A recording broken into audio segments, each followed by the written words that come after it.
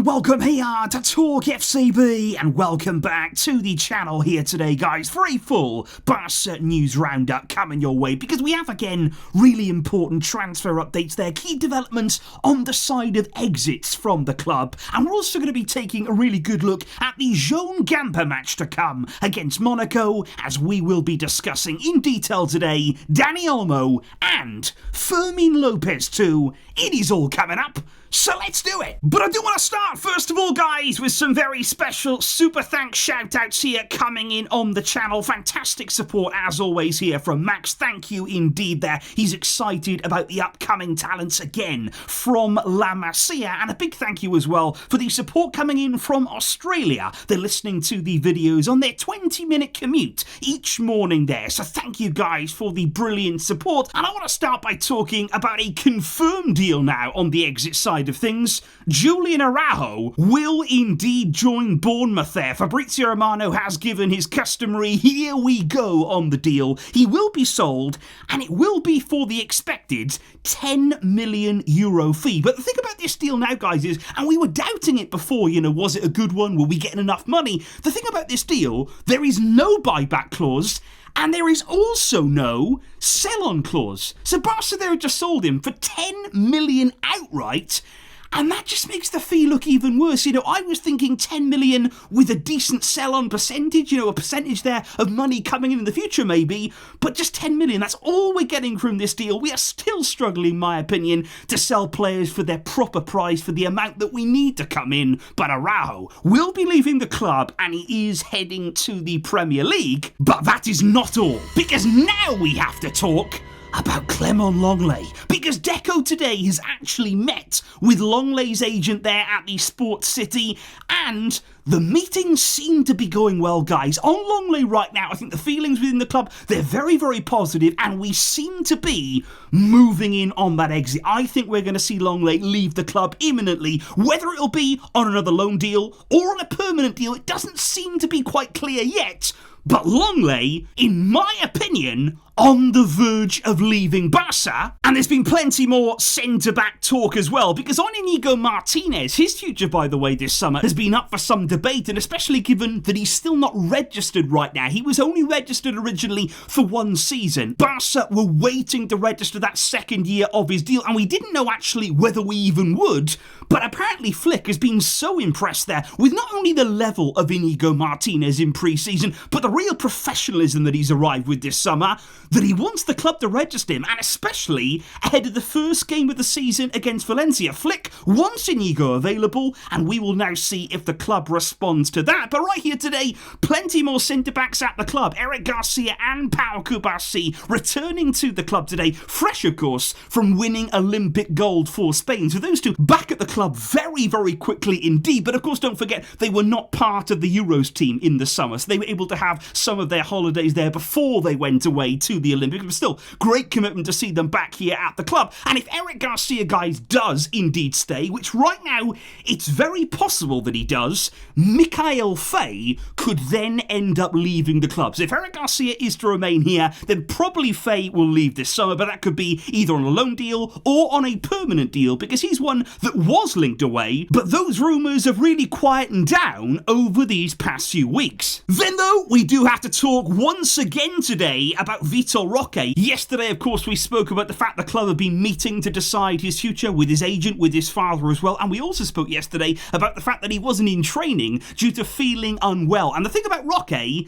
is that he also wasn't there today either. He did again arrive to the Sports City there, to the training facility, and again with the club's mission, he then went home, but he has not been in training for the past 2 days there due to that illness that he is suffering with. And right now, though, it is being reported by Joaquim Pereira, who's a very, very reliable journalist when it comes to Brazilians at Barca. He says on Roque, he will leave. It's looking very, very likely that he'll leave the club this summer, but a permanent deal, Pereira says, has been ruled out. So Barca here may not sell Roque permanently there. They may leave the door open for Roque to return to the club. And for me, I'd feel a lot better about that here. I feel a lot better about Roque going out, getting some experience, getting some football there, proving himself maybe in the European game. That would be much, much more suitable than just kicking him out the door without any opportunity, just saying, right, we're going to sell you immediately. That would be ridiculous. Let's be honest, guys. That would be absolutely obscene. But Roque, likely to leave, but it's looking more and more likely now that will be on a loan deal. We do, though, of course, though, guys, have some final pre-season action to come this summer, and it will come on Monday night, 8 p.m. local time. We're back at home. Technically, we're back at the Olympic Stadium there in Barcelona, and it will be time for the Joan Gamper Trophy match coming up against Monaco there on Monday night.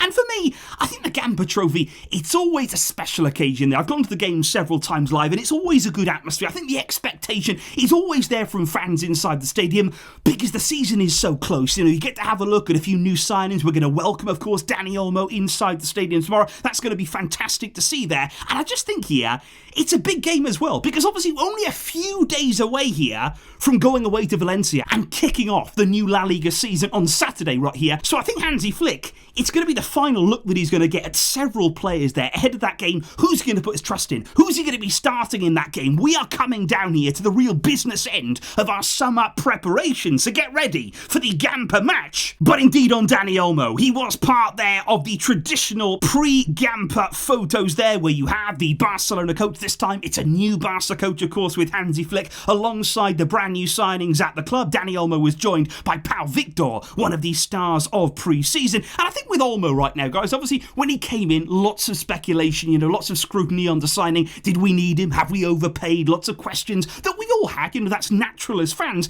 But I think now we do want to be excited about him. He's going to be presented tomorrow, like I say. We're going to see him for the first time in Barca colours. And I think at the end of the day, we spent big money on him. He is a big name player. He's coming off the back of a really fantastic summer at Spain with the Euros.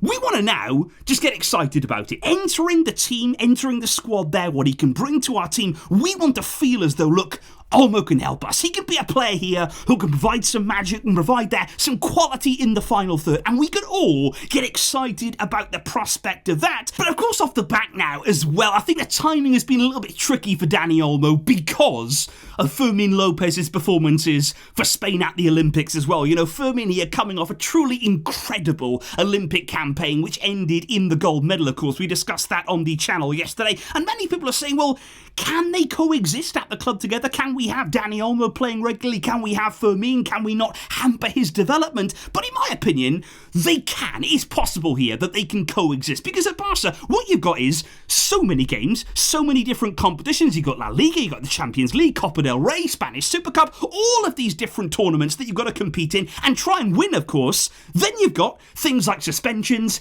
And then, of course, the main thing at Barca, it's inevitable, unfortunately, we're going to get some injuries. That's just going to happen. You've got to accept it. We've got to go into the season knowing, unfortunately, at some point, there are going to be players who are out injured. And of course, then you need your full squad. You need your players ready to step in and ultimately not letting that quality dip too far. And I think as well, what's going to be interesting with Olmo and Fermin, they may play in a similar sort of position there, but in my opinion, they're different kind of players. And that's the important thing here because different games require different solutions. And somebody like Fermin Lopez, he's much more suited to a more open game. When the spaces really open up, he is so good at making well-timed runs. They're exploiting the spaces, really attacking all of those areas and making sure, of course, that he has big actions, goals in the final thirds. And of course, what we're seeing right now in the media off the back of the Olympics, Barca still trusting him too. We're hearing right now that Barca are very keen on renewing Fermin Lopez, actually extended his contract there until maybe beyond what it currently is in 2027. They want to up his release clause from 400 million to 1 billion euros,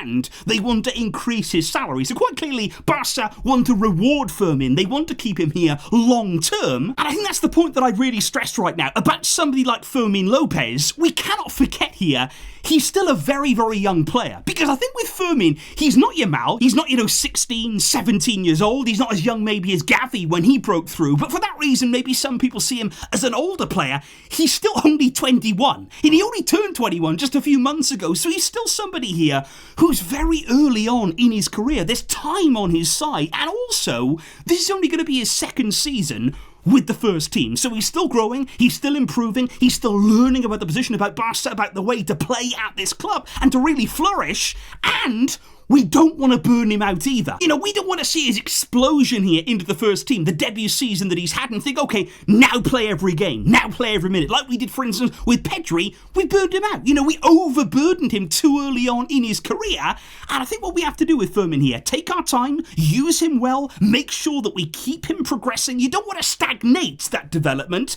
but also here, give him time to grow, give him time to certainly come back after the Olympics. What I want to say on that is, he ain't planning on taking a long holiday. Fermin Lopez apparently wants to be back in training next week. He's going to take a few days rest, a few days holiday, but he wants to come back, prove himself to Flick, and he wants to be available for the weekend game against Valencia. That is the commitment there that we see from Fermin. That is the hard work that goes into every single minute that he's out there on the field. That is why he's a key member of this squad. That is why he will get minutes under Flick. He's a Flick kind of player. He's explosive. He's talented. He is full throttle.